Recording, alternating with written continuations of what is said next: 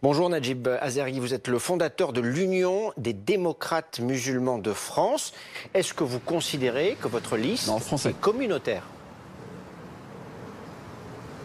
Alors déjà, le mouvement s'appelle l'Union des démocrates musulmans français.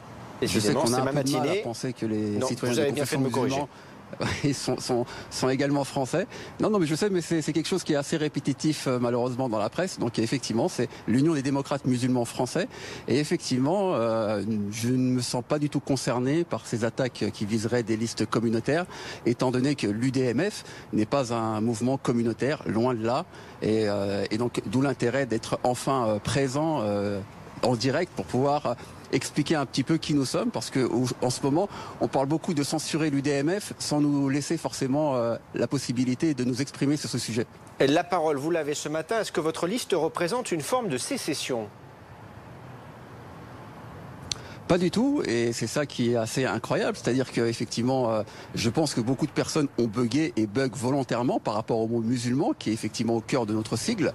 Alors, il faut se rappeler qu'en France, il y a quand même un parti chrétien-démocrate. Je ne pense pas que c'est lui qui soit aujourd'hui clairement visé, surtout par ceux qui font partie de ce groupe, donc à droite et même dans le centre. Et donc, on voit bien qu'il y a un problème qui est devenu clairement politique, c'est-à-dire que ce mot musulman qui renvoie aujourd'hui vraiment au prisme du communautarisme, encore une fois, du danger, du sectarisme. Et aujourd'hui, il va falloir que une force politique, qui est celle que j'incarne aujourd'hui, puisse enfin travailler sur le fait d'intégrer tout un pan de la communauté nationale qui aujourd'hui a été beaucoup discriminé ces dernières années, principalement par ceux qui chercheraient à nous censurer. Le parti chrétien-démocrate revendique les valeurs chrétiennes. Est-ce que votre parti revendique des valeurs de l'islam ?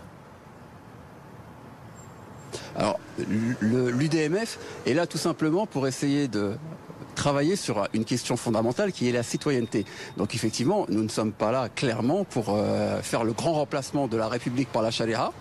Je pense que c'est une caricature qui malheureusement nous colle à la peau, beaucoup plus aujourd'hui par rapport au feu de l'actualité. Vous êtes forcément au courant, on nous parle du foulard là en ce moment, matin, midi et soir.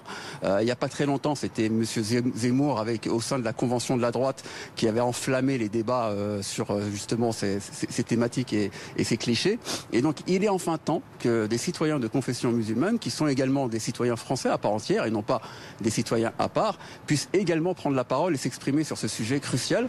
Et donc, à ce titre-là, l'UDMF n'est pas là pour vouloir instaurer des prescriptions religieuses dans la sphère publique. Ça n'a pas de sens. Donc, l'UDMF est avant tout un parti républicain, un parti laïque, parce que la laïcité, effectivement, aujourd'hui, elle est beaucoup, malheureusement, dénaturée par des pyromanes de la République qui cherchent tout simplement à en faire une définition qui va à l'inverse, justement, de ce que c'est. Mais les électeurs de confession musulmane, ils peuvent déjà exprimer leur point de vue politique. Vous dites vouloir rassembler les musulmans, mais justement, est-ce que ce n'est pas rassembler une communauté quand on dit cela ? J'ai pas dit ça, Alors justement, j'ai pas dit que l'UDMF avait pour but de rassembler exclusivement les musulmans. Ça, c'est vous qui le dites, et je sais que c'est un peu le procès qu'on nous fait. Non, l'UDMF, effectivement, s'inscrit justement dans une démarche républicaine, à savoir de réunir l'ensemble des citoyens français. Donc c'est pour ça que le pacte républicain, c'est vraiment l'UDMF aujourd'hui qui est en front là-dessus.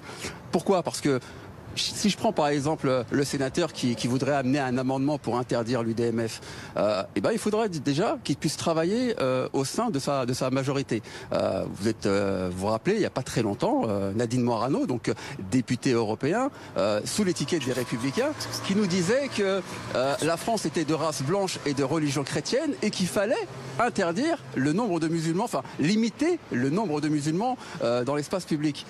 Je pense que c'est extrêmement grave d'entendre cela et c'est extrêmement choquant. L'UDMF, nous avons pour but justement de bâtir des passerelles là où justement on a des pyromanes de la République. Ils ont ces dernières années essayé d'ériger des murs justement et c'est tout à fait l'envers du projet que nous essayons nous de monter. Mais justement, Najib Azergui, quand on monte un parti comme le vôtre ou une liste comme la vôtre, est-ce que ce n'est pas non plus ériger des murs que d'utiliser cet intitulé, l'Union des démocrates musulmans français? Est-ce que c'est pas non plus ça, en partie, construire des murs et fermer votre parti en quelque sorte à ceux qui ne seraient pas musulmans, même si dans les faits, vous dites évidemment tout le monde est le bienvenu. Tout le monde est le bienvenu. Alors, vous soulevez une question qui est extrêmement importante et je vous remercie puisque c'est l'occasion pour moi de clarifier beaucoup de choses qui se sont dites ces dernières semaines. En tous les cas, vous l'avez malheureusement constaté, c'est que le musulman aujourd'hui occupe une place centrale dans la vie politique de notre pays. Et on le voit, les musulmans sont servis en pâture à chaque élection dans notre pays. Et c'est une stratégie tout simplement qui consiste à éviter de parler des vraies préoccupations qui concernent là pour le coup l'ensemble du peuple de France sur des thématiques dans lesquelles on est tous à égalité. Je pense par exemple à l'école de la République, je pense par exemple à la sécurité, je pense à la compétitivité, à la fiscalité, tous ces sujets-là, même à la retraite et les acquis sociaux qui sont en train de se détruire dans notre pays.